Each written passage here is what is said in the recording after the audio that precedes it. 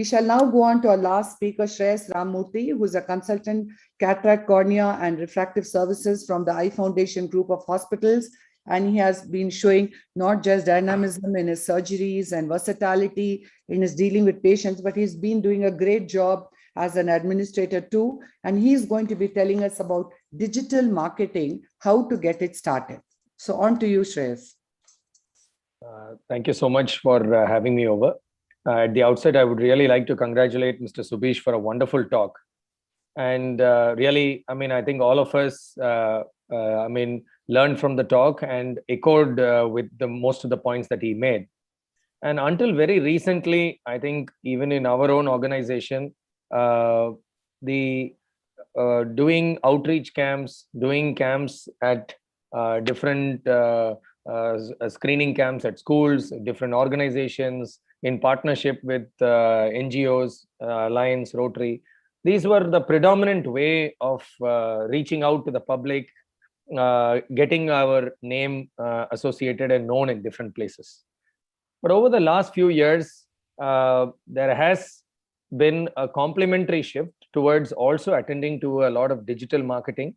And while there is a lot of depth to this digital marketing, I'll just cover the salient aspects, and maybe we could, if time permits, discuss in greater depth.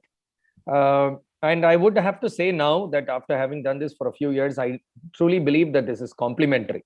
I'm not saying one versus the other. Definitely ground level, outreach programs, camps, ground level marketing is extremely important.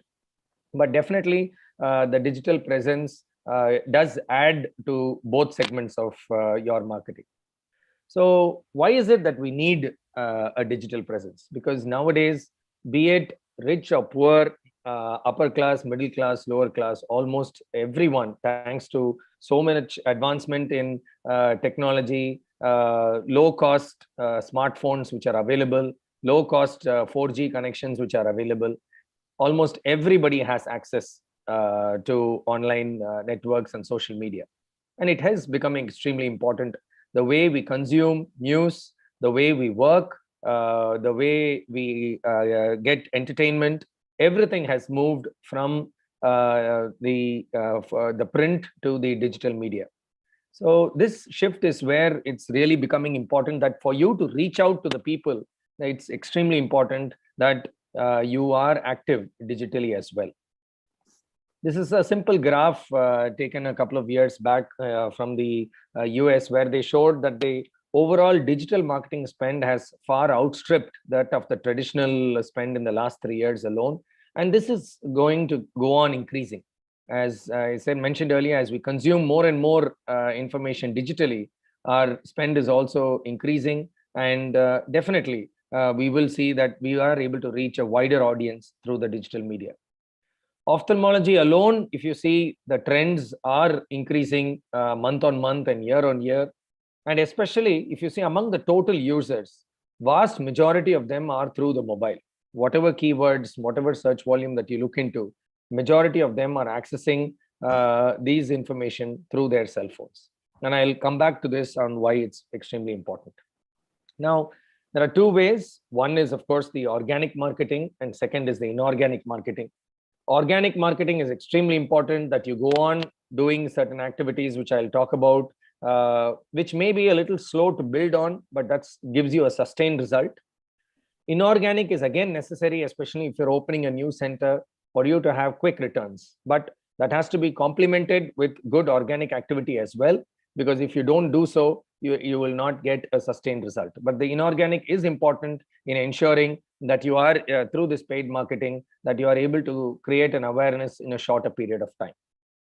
Now, we're at the forefront of this digital marketing is having a vibrant and responsive and light website. And today, being a lightweight is important in all areas and in the digital footprint as well. How quickly your website opens up is extremely important. Your website should be user-friendly, not just on a computer screen, but you should have a mobile version where the the website is just as appealing on the mobile or on a tab as well. Your website should, like I mentioned earlier, apart from being lightweight, should have adequate amount of quick links placed strategically in different points where accessing a doctor, accessing a video consultation, accessing any form of appointment is very easy for the patient. Lesser the number of clicks required for the patient to get to the final destination, the faster that you will see that the lesser number of dropouts that you will see from the number of people reaching your website. Also, website, apart from giving basic information, also by linking either to Google or various updates, it's important that you keep updating your website, whether it's regard to user experience or whether it is patient experience, whether it is different events being conducted at your hospital. It's important that you keep your website dynamic and ensure that there is constant updation. As I mentioned earlier, a vast majority of the traffic, this is just traffic of one particular center in a month, and this is 86 to 90% of the traffic to our website is through mobile, and this will be consistent for almost all websites in general. And it's important that your website is mobile friendly, and the links, the quick links which you provide in your website are mobile friendly as well. So let us quickly go over to the different avenues of digital marketing and how we can utilize each of these things. I think by far the most productive area where you can do digital marketing on is on the Google front, both organically as well as inorganically. Now, organically, you have to do a lot of SEO, that is search engine optimization. I'll quickly talk about that. You can also do Google ads, which are you have AdWords as well as display ads, and as well as YouTube ads, which come under Google ads. Then you have reviews, which really improve the profile of the hospital, both by soliciting reviews as well as organically building on reviews. It does help. And at the end of the day, something a very, very important feature which Google provides is the Google Analytics as well, which really helps you to break down and understand what's working and what's not working for you. Now, quickly talking about SEO, it's extremely important that improving over a period of time, that you organically improve your backlinks, do a good search engine optimization, that for a very common keyword that your hospital should be known. I've specifically put up this example because our presence in Bangalore is relatively new compared to major stalwarts, major hospitals which are already present in Bangalore. But by doing good, sustained organic activity, you can bring up your hospital even in important, very generic keywords like eye hospital. And that is extremely important in ensuring that patients who are searching are see your name in the first few links. And it becomes important that you also analyze what keywords that you optimize for. It's important that you look at what is the average monthly search for the important keywords, and based on those searches, optimize your website and work on those keywords. SEO is slowly reducing in importance also because of the innumerable number of ads that are now going up on Google. Google ads are also quite inexpensive, but because the ads pop up first, if a particular keyword, however hard you work on optimizing it, but if an ad is put up, that does show up first. Yes, it does have the prefix of an ad there, but very often patients do click on it. And we do see that the amount of traffic coming through inorganic and organic to the website can also be separated, and you can actually further analyze it using Google Analytics. And you will see your inorganic ads also quickly bring in a lot of websites. It becomes extremely important in newer centers. In older centers, possibly you would have developed enough backlinks and organically grown. But for newer centers, these inorganic Google AdWords become extremely important. Apart from this, organically, to improve your website ranking and score, you also need to continuously update content, put blogs on different sites, like Quora is a good example of that. Content writing is also extremely important part of SEO activities, which again improves the profile and image. These are just a couple of screenshots of backlinks which are provided. The other important aspect which I want to talk about is reviews. So because reviews are so intricately linked between what is being projected, even when you see both in maps, as soon as you type a particular keyword, the maps come in, the reviews come in, and the links also come in. All of them appear in a single screen, especially on a desktop. And that is somewhere where having a good number of reviews, having a good star rating does appeal to patients nowadays, because it is the culture now. It's the predominant culture, whether they are looking at going to a restaurant, going to a hospital, or wanting to buy a particular product on Amazon or any website. I think reviews are something which people are looking at nowadays, and it's important that all of us work towards building the number of reviews. And it is a soft marketing tool which does ensure that you have increased traffic. You also see a lot of feedback through these reviews. You see what was good, what was positive, what was negative, what is it that you need to improve inside your hospital when you look at reviews. Something as simple as your own canteen services, which you may not be thinking of it as an important aspect, is something which a patient would have written about. There are so many subtle improvements in our own setup and services that we have brought in based on these reviews and feedbacks. Google Analytics is an invaluable tool. At every point, this is just analytics of your website.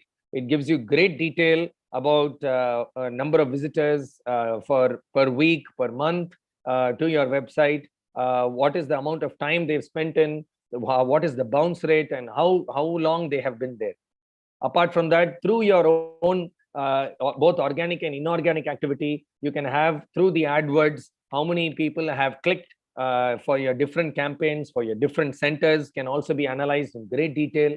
The number of calls coming in, both through your organic Google, that is Google My Business, as well as through your inorganic advertisements and other things, the number of calls coming in can be analyzed. And there's a wealth of information that is available, which helps you to tweak each and every campaign that you're running. The kind of clicks, the cost per click, each of these can be analyzed specifically, and each of these campaigns can be utilized very, very well. Apart from Google, of course, I'll come to YouTube separately, but the other two avenues that we can use very frequently are Instagram and Facebook. Of course, Twitter is also gaining in prominence, but Instagram, Facebook, and LinkedIn are areas which is definitely gaining more traction. Social media posts can be just basic awareness creating posts, just to keep your Facebook profile active. There are some posts which are made, some which are advertisements, some which are lead generating, some which are not necessarily just lead generating, some which may be just awareness creation. And it is important to have a mix of these. We shouldn't just be in one or the other. One of the benefits of doing Facebook or any of these social media websites is that you have a highly targeted and defined audience that you can reach out to. It can be within a very confined geographic area. You can choose a language, especially because our presence is entirely in South India. It's important that we reach out to the vernacular population in different South Indian languages. The age profile, the income levels, the interests that they have, what they have previously liked, shared, and based on that, you can tweak the audience to which your ad should go to. And all this makes your reach, the conversion from impressions to clicks to reaching your website, and finally patients landing up in your hospital. All of these can be tweaked over a period of time. So like I said, a range of just awareness ads, offers, vernacular ads, all of these can be particularly used. And it's extremely important that we have reach out to the population in the language of their choice. YouTube is really gaining in prominence. Might be slightly less organized than less mature than what Google AdWords and Google display campaigns have become, but still it is definitely an area which is really gaining a lot of traction.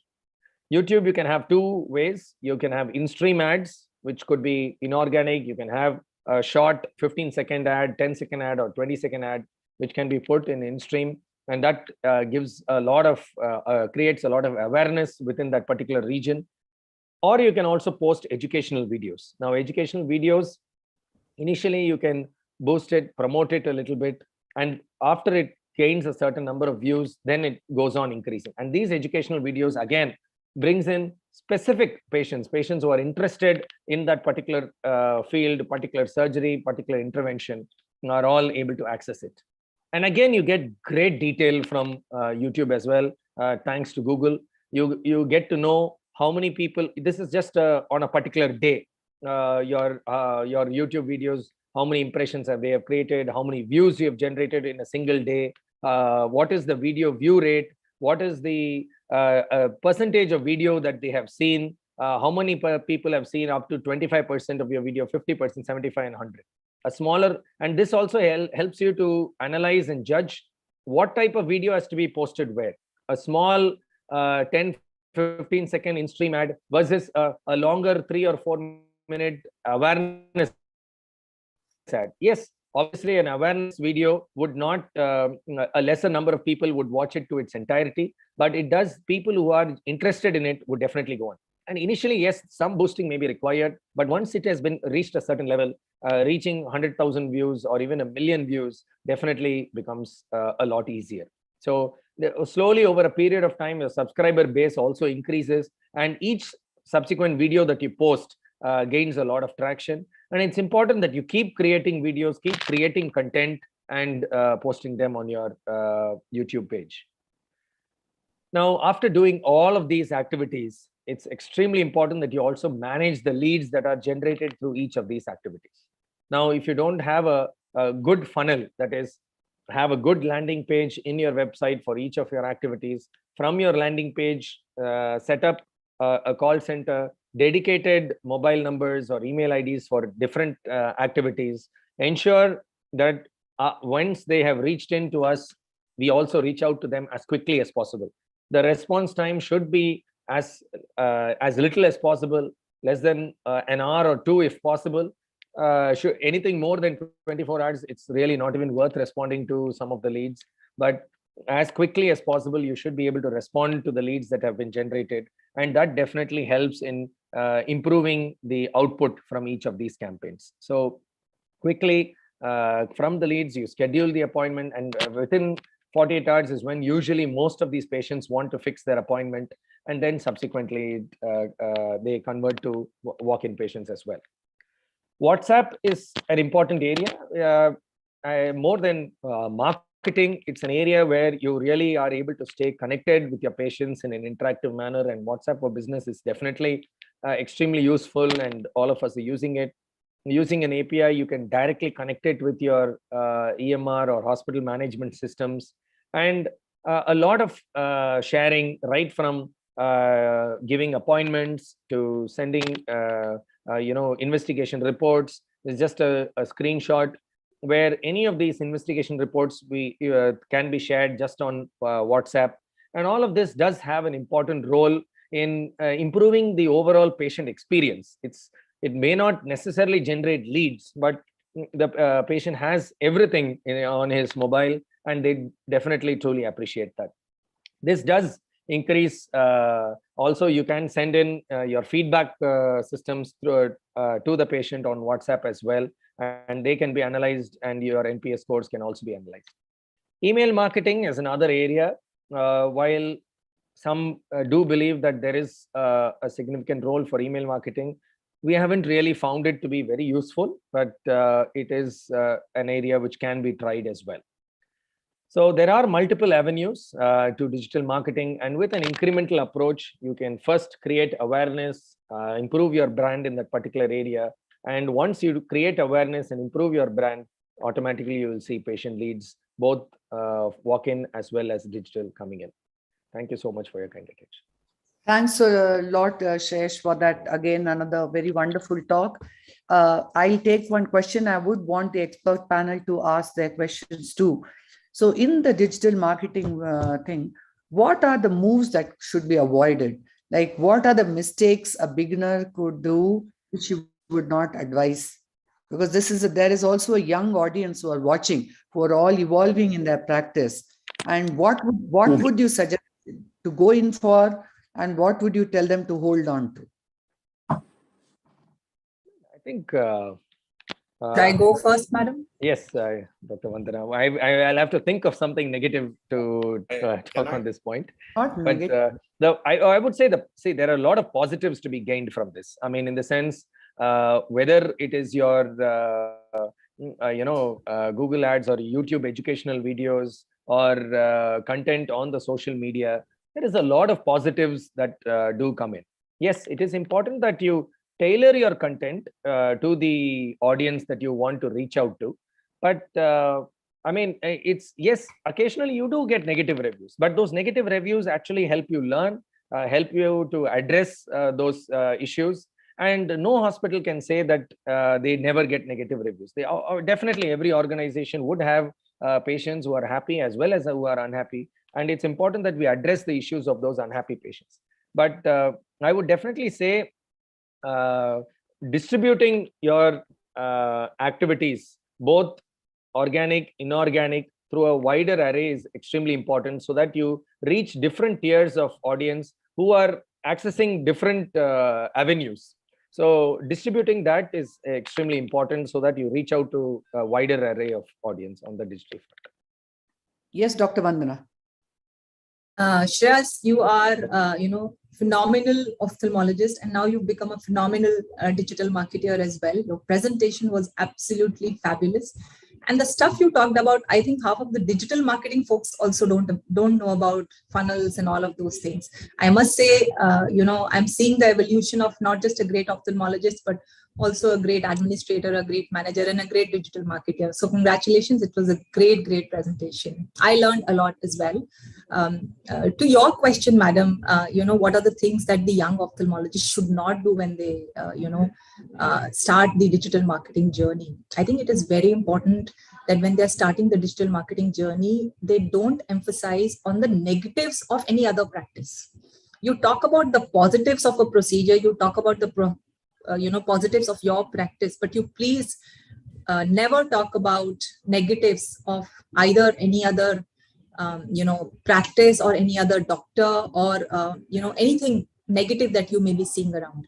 Because I think as doctors, it's our utmost responsibility that we educate the patients in the right manner, specifically when we are going on the digital platforms. Because once you put something out on the digital platforms, it will just be there, and it can create a lot of impressions, good, bad.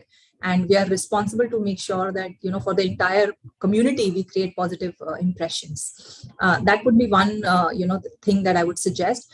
Second thing, when people are starting out, what Shreyas is talking about is very, very sophisticated.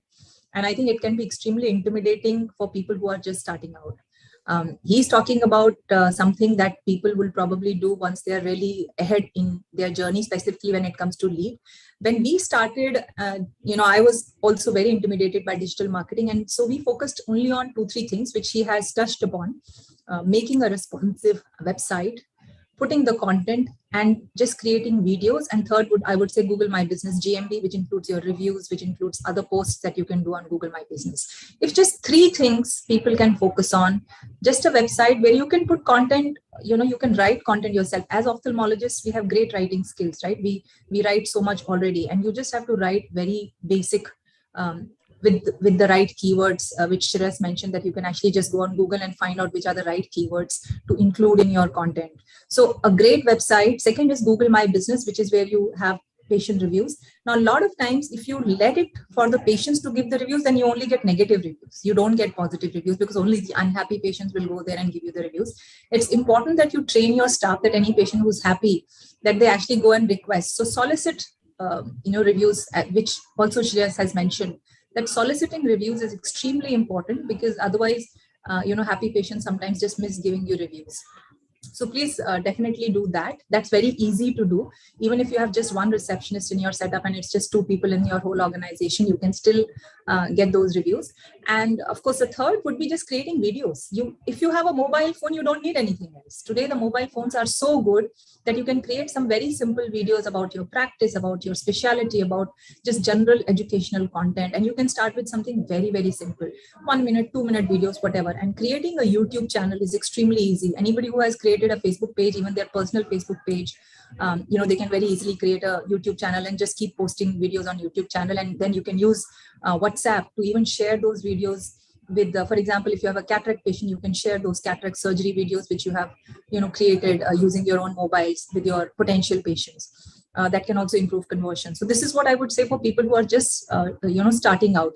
Otherwise, of course, Shreyas has shared a lot of things that can be done in digital marketing. Anything? Yes, Dr. Kamal? I think, Shreyas, you put it beautifully. This topic is very, very close to my heart again. And initially, I think all the points Vanna said, they are all in sync. We've been having discussions on this. I actually feel few do nots would be pertinent for me to mention here. Do not get into spats online. If somebody is writing a review, a polite reply that we will get back to you is good enough. Do not get into justifications and answers online. This will be counterproductive. Always make sure that you have somebody in your team, like we have quality managers, but yes, you could have anybody in your team who's very good and smooth talker, very calm listener. Call up the patient, discuss the matter, maybe offer something like a free consult next time, or promise the issue will be taken care of, and have the patient withdraw the issue, or maybe add addendum to it or re-edit it. That's one. Number two is that whenever you see these kind of systems where you need people to write format for you. So Vanna said beautifully, we can write them beautifully. So this is how I started. I built the whole social networking platform for my organization. I'm interested in IT and I do all this stuff. But then over time, I realized the fast response, as Shreya said, is the key word. So then we have designated people. We have a response team who will get back to people immediately. There's a negative review. And if there's a positive review, somebody will personally call up and thank them. Number three, we have dedicated teams in each center. This could be a receptionist. This could be a PCT. This could be anybody who makes sure that they touch base with a happy patient and make sure that the review is written within 45 to 1 minute, 1 hour of their contact with the organization. That is the time you get the best reviews. You can probably, tell the patient as they're leaving to log in from their mobile phone and, write a review and give them the privacy. Don't stand next to them. Just train the staff to be nice and polite and professional. And while they write these views, and I think these kind of organic reviews create length. And we as an organization have really capitulated on that. We have nearly 50,000 4.9, 4.8 rates going on. And we have dedicated managers who call up a patient the moment there's a bad review. Never, never, ever reply to a bad review except just a simple apology and a promise of somebody getting back. Number 4 and most important is do not overpromise about your organization or your infrastructure or XYZ, because when the patient comes, he comes with the expectation set very high. So when expectation meets reality, there's going to be a crash. And that's the time when bad reviews will start flowing up. Be realistic, be very simple in language, do not use technical words, and be sure to use the SEO and keyword optimization. And I think this is one thing which will never going to fail, because even at our stage, I feel a lot of times a patient tells me, Dr. Kapoor, my neighbor told me about you, XYZ told me about you, but my son checked you on social media. That's why we are here. So sometimes this social media can be a very powerful tool just for clinching that last straw which breaks the camel's back to visit the organization and see. Thank you. Dr. Kumar, would you want to add anything? I just want to share an excellent presentation. One question, Google is very one-sided in the sense you are taking reviews only of a patient. If you look at Uber, you look at Ola, the reviews are both ways. So you can review a driver and the driver can review you. Now, one of my friends' wife is a gynec. Something went wrong. He made 100 or 200 reviews from all over the country who are not his patients, and the rating of 4.9 became 0.5. So Google is a very double-edged sword in the sense people not visiting you can write about you, and you'll still wonder what the hell is happening, etc., etc., etc. And my thought here is all of us should actually make Google a two-way review. I had got one of my patients telling me, doctor, I'm going to complain about you against CGHS. So I said, brilliant. You complain about me and I'll complain about you. And then let's see what happens. And then the whole matter ended. So point here is it's entirely one-sided. So what's your thought on this? And anybody on the panel and Shreyas, what do you think on the point? One point, Kumar, I'll add to you is that there are a lot of times the competition will AI bot you on your reviews. If people remember last year, we got bombed Overnight, from a rating of 4.9, we were to 2.6 because we were bombed with virtual mirror servers across from Indonesia, Philippines, and Singapore. And there were 16,000 review bombs at 12:15 midnight. So we did do a forensic on that. We identified and I brought it to the notice of a lot of senior people in AIOS. So it's a double-edged sword. It can work both ways. Big corporates can actually hire these bots to bring your reviews down and do bad criticism. Dr. Shreyas? And fortunately, sir, we live in a place which is possibly more peaceful. backward than Delhi and Bombay, and we don't really have people who are chasing us out. But just a matter of time, Shreyas. It's a matter of time, possibly, sir. Possibly, sir. But having said that, I mean, I think one of the more important take-home points, I think, which has already been alluded to, is when there is a negative review, it's better not to have a back and forth conversation. So even if a patient does tell you he's going to post something negative or has posted something negative, like has already been mentioned, I think it's important that we have a sophisticated person call them up, talk to them, address their concerns, and bring them back to the hospital, address them. And very often these patients do go back and edit or change or delete their reviews. And I think that would be a better way to managing this kind of negative feedback system. But overall, I think, the soliciting positive feedback. So that's another thing. I mean, it's very, it's near impossible to say that you will never get a negative feedback.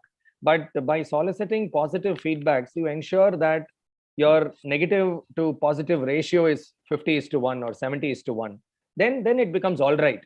I mean, and actually, frankly, I find that it is more realistic if there are one or two complaints in a review page. When somebody is writing, if everything is positive, some people feel that it's manufactured, that it's possibly not. How is it possible that everybody thinks that this hospital is great or this particular organization is great? So having one or two negative feedbacks makes it realistic, and at the same time, I don't think it drives a patient away from that hospital just because they see one or two negative comments. And usually you will find that the negative comments are prolonged waiting time. So managing expectation is important, especially from these online patients. So one quick thing I would like to add is whenever we receive an online appointment or this thing, immediately an SMS and an email goes out to the patient, and then a phone call also goes out to them. The main thing that this phone call or email does is set the expectation of the patient. They are told that this is the time they'll come in and this is what will happen and this is when they'll see the doctor. So setting the overall expectation, make sure that the patient who comes in has a good experience and a happy experience. And generally, it's these online patients who are more willing to go back and write on online platforms and give good reviews as well. So managing these patients adequately is also important. Can I react to what Dr. Kumar said, madam? Yes. This is something which happened in, one of my husband's organization. Exactly the thing that sir was talking about, that something went wrong and then, suddenly bombarded with like 200 bad reviews from people who were not even your patients. Right now, Google actually has a service where you can contest a bad review if that particular person is not your client. Google reviews now as a service, as an eye hospital, we are a service delivery organization. If the person that we have served is unhappy and they go and post a review which is bad for us, then as she has mentioned, it can be easily handled. But if there are 200 people who are giving you negative reviews, you can actually contest back, specifically if they are not your clients, if they are not your customers and they are not your patients. And in case of my husband's organization, they contested it, saying that they got some 30 bad reviews in just one day. So they contested it and Google actually took down all of them. So you can actually go back to Google and contest it. Yes. But it takes a lot of time, I believe, madam, from what I've heard. It does, but there is a mechanism. Dr. Vanna, it used to. I remember 2 years ago, it took us nearly over a week to get it sorted out. And but it's not so bad now. That's what my IT team tells me now, that it's a little faster. It can be once you can prove the credentials. I think this kind of a mass bad review is difficult to handle and needs a different kind of approach. Yes. But most often what we find is that if an individual patient gives a bad review, as far as we immediately call up that person and talk to them, most often we find that they get addressed. They are even willing to reverse their review, Absolutely. withdraw their review or add something to it, or even, and as Kamal mentioned, it's extremely important that you don't start contesting the comment. You don't want a conversation in a public forum where everyone is just watching. So you just cut it short. But overall, I think this has been a great morning of learning. And I personally learned a lot compared to 3 decades back when we started our practice. It's not just enough to know your stuff and do your surgeries. I think we are just service providers.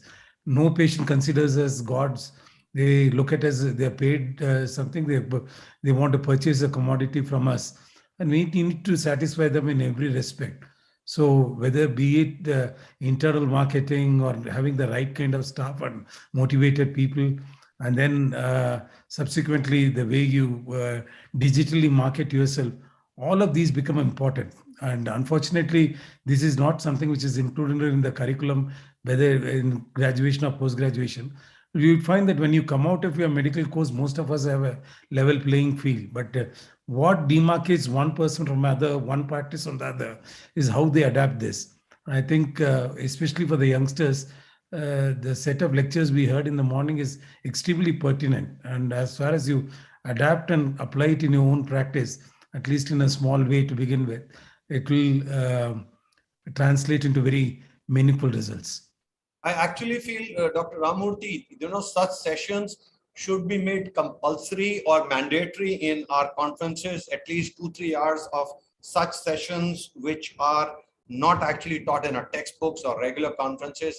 And I can tell you with the enthusiasm which we've seen over the last 3-4 years, the halls get full because people are looking out for this kind of learning and teaching. And unfortunately, it's never available in a capsule or a condensed form in a period of 1 to 2 hours. So, 3 cheers for Dr. Chitra for arranging such a session. And I'm sure people will be, benefiting from all the information which they're getting from here. And it is going to be a transformation in the way the practice is done. And if more sessions like this are happening, I am actually very excited to see what transformation it brings to Indian ophthalmology. Fantastic. Yeah. Thanks a lot. I think we are going to conclude now. I mean, it goes without saying, with amazing speakers and amazing expert panel, very rational and very tuned to what today's generation needs. It has been an amazing couple of hours or more. And I think all of us were very particular that my young, dear LDP candidates gain something from the morning spent amidst us. So thank you so much, expert panel. Thank you so much, dear speakers. You all did more than justice to your respective talks. And of course, we need to thank Sai and Manjula from Numerotech for sharing their Zoom link with us. And definitely a whole lot of thanks to my AIOS ARC team for always being with me. And thanks, dear LDP candidates, and thank you one and all. I'm sure I would want all of you to remember that the coming AIOS on the pre-conference day, we are going to have an 8.5 hours leadership development program session, which is going to be, it has been planned very well, and top great speakers are there. I also want to update you that we have a session running simultaneously, which is called Training the Trainers Program.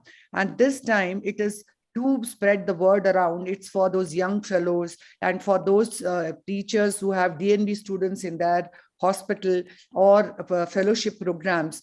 The best of speakers are getting together again, another 8-hour program, who are going to give very, very structured talk, which would definitely be a guideline as to what you should do for fellowship, what you should do beyond, how should you train yourself after a period of years of working in an organization, how do you publish a paper, everything under the sun is going to be discussed. So you have 2 8-hour sessions to watch intermittently and gain a lot. Do spread the word amongst your friends, because I was so happy to note that the top-notch speakers, without a second delay, replied to me that they would like to be there for that pre-conference day. Let's all get together and make it the most remembered day of the conference. And please do post in our group as to what different topics you'll want to discuss over the period of next year. Thank you very much. Thanks a lot. Thanks a lot. Thank you, Dr. Chitra. Thank you Thank you all. Thank Thank you you so much. Thank you. Have a great Sunday, everybody. Yes, thank you. Thank you very much. Thanks, Vandana, Dr. Rohit, Kamal, Kumar, everybody.